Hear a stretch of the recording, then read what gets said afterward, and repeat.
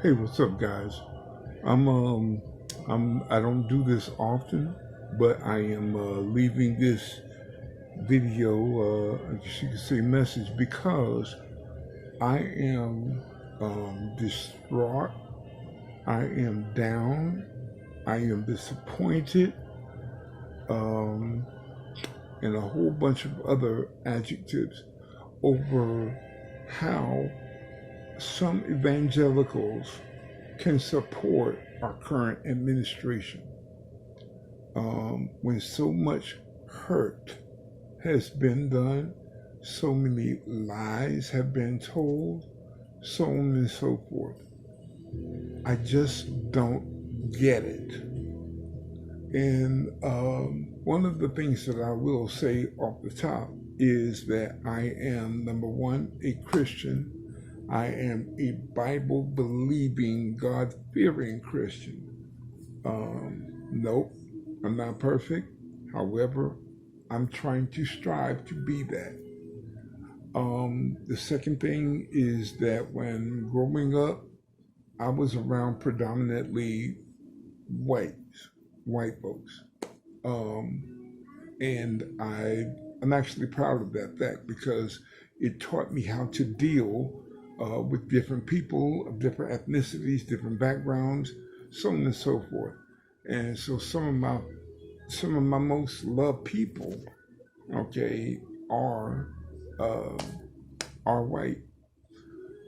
One thing that this current administration has brought out in me is not understanding how you can love a God that you don't see, but me, who has a different skin tone than you, is looked down upon by the same people that say that they love the Lord. Um, I am disheartened by that. I'm hurt by it. I have been a victim of uncomfortable situations when it has come to law enforcement. That is a variable and a battleground that my white counterparts don't have to deal with. Um, and I am not, you know, I'm not proud of that, but I also don't use the race card as much as even some African Americans do, to be honest with you. When somebody would tell me that somebody didn't like me or call me the N word, um, I was oftentimes the last one to believe that because I didn't want to believe that. But now, I do not understand how something that is so physical and temporary is the source of hatred in others. I don't get that.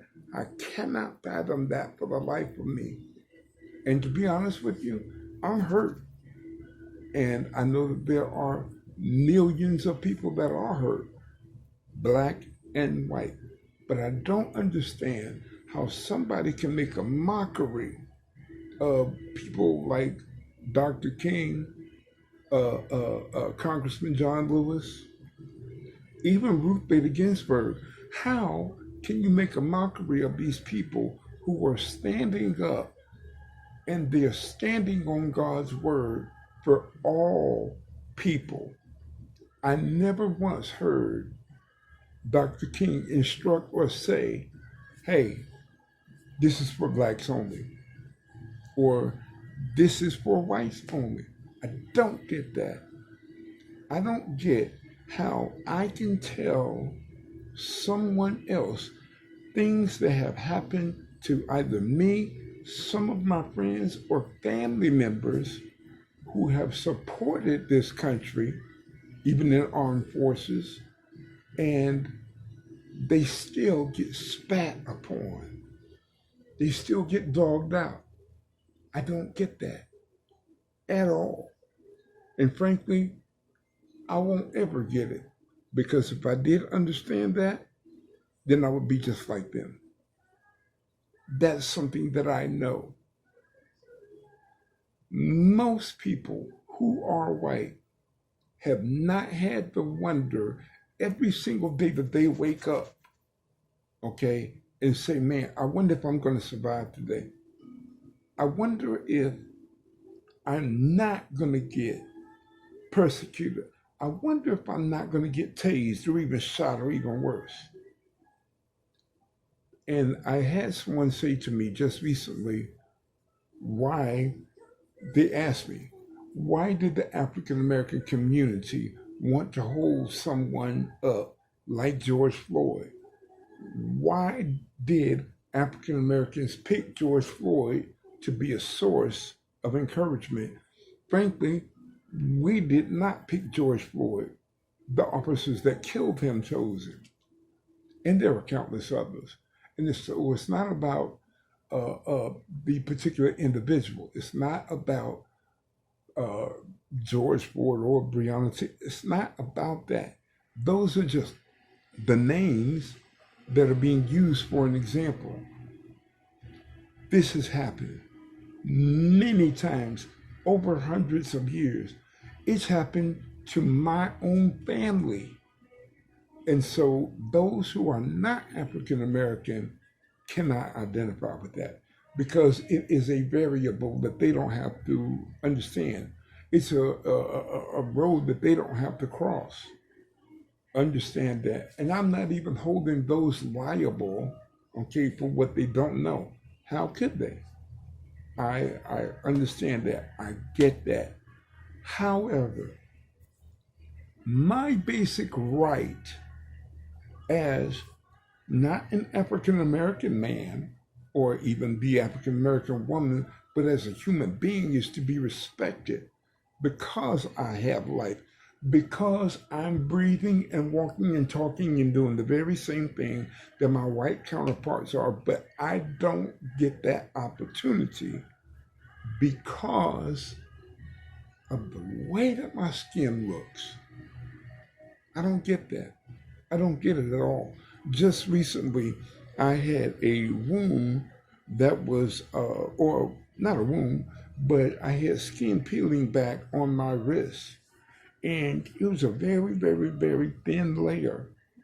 And as I looked at it peeling, I could see the underlying tissue and the underlying blood. And it dawned upon me that that's all that we are. That's all that we are. That is the only thing that separates me from somebody else who may not have to go through the variables that I've had to go through, my family's had to go through. I am 3-4 generations removed out of slavery. However, though it's not happening in the physical sense, it's still here. It's still here. Or as a friend of mine likes to say, racism now is no longer overt, but it's covert. It's still there. And the fact that I can ask a white counterpart, do you believe in systemic racism? And they say no. That's the problem right there, because you cannot conquer what you do not confront head on. And to say that it doesn't exist is simply a farce of reality. Now, they may be able to say that they can't see it or it doesn't exist for them, but you cannot say that it does not exist on all fronts. This man that is currently in office, I don't even understand how women can vote for this man. He has spoken numerous times on the treatment of women and how he thought of them as just a piece of meat that all you can do is just grab them in the put and they'll love it. That's what he said. That's what he continues to believe. How can you support that? I don't get it. I don't get it. And really, there is not a reason, excuse, or scenario that anybody that can come up with that will condone that behavior. Because if he's treating other women like that, he is also treating mothers like that. Somebody's mother, somebody's sister, somebody's aunt, somebody's best friend. And I would not stand by for anybody to speak that way of my mother or my great friends. How can you do it and still go vote for this man and still be willing to take a bullet for him? Which he said, mind you. He spoke in that and said, I can go down there on the corner of Fifth Avenue, he said, and take a bullet. Or better yet, somebody would jump in front of me and take a bullet. He said that when he wasn't even president.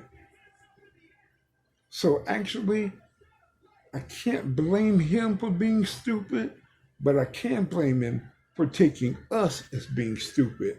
I don't get it. If I wouldn't stand for it to go for my mother or my best friend, I'm not going to stand for it to go for anybody else. There is something that is so deadly evil about this man and about the choices that he does not care about you, and he damn sure don't care about me. So we are at a point of hurt, despair. We have been, I read last night, someone said, I bet there are a number of people who are really, really tired about hearing about this racism thing. And then at the bottom of it, they said, well, how do you think the people feel going through the racism thing? If you believe that people can be colorblind, then you're sadly mistaken. Someone said, well, somebody who was white said, well, you know, I am colorblind. I don't see color at all. My reply to them would be, okay, you are ineptly wrong, because you're supposed to see color, but color is not supposed to make a difference. So to the person that says that they are colorblind, no, you're inherently all blind. God made us all different, and believe me, he made no mistakes. He did that on purpose. So don't be colorblind. Wake up. Realize we are different in those areas, but yet and still we're the same. It's taking everything in me to not even shed a tear, because I've been doing that way too much, way more than I care to do it. People, come on. We are in, as Dr. King said, the fierce urgency of now. African Americans have been written a check by this country that they cannot cash. Like he said, the check came back marked insufficient funds. I wish that race did not make a matter, but I'd be lying to myself if I said that it doesn't. Now, it's not supposed to make a difference. We are still supposed to see each other. Love, am I my brother's keeper? Yes, I am. I am. And that is the great commission that my Christianity gives me. Please, people, let's wake up. Thanks.